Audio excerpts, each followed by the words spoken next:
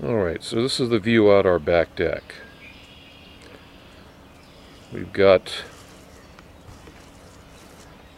another trench that we dug, and we covered it up with metal so that we don't slip, so when we come out and dump our water from the basement, hopefully it's got somewhere to go down to the river. And all that water you see used to be dry land. In fact, our yard actually ends where those bushes are out there.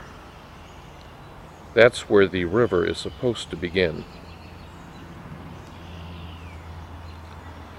So the river has come up into our property roughly about 100 feet.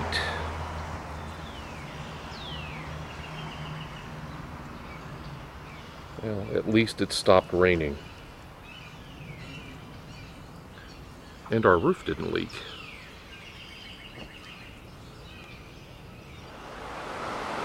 Okay, well, this is looking back toward the house, and again, the entire backyard is underwater. The river is actually up to the road,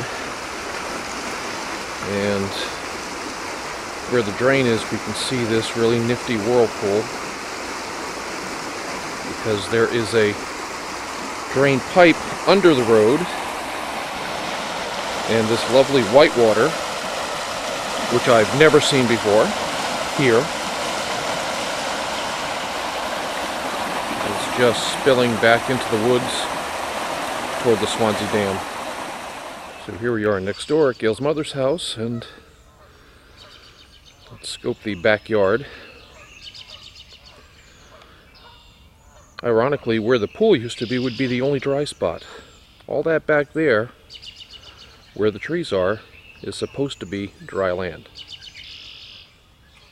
Yep, their camper is actually sitting in water.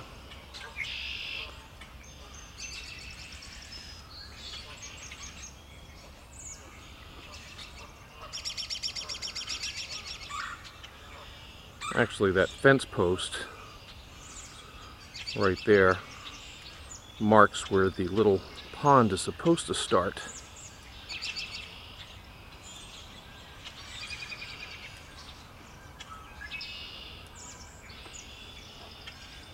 Yes, we're looking at what's supposed to be all dry land.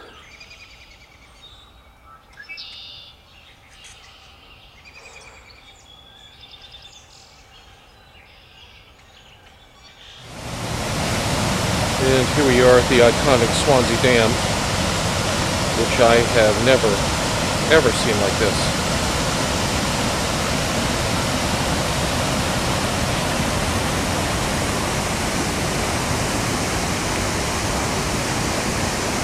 This is where the river in back of my house runs.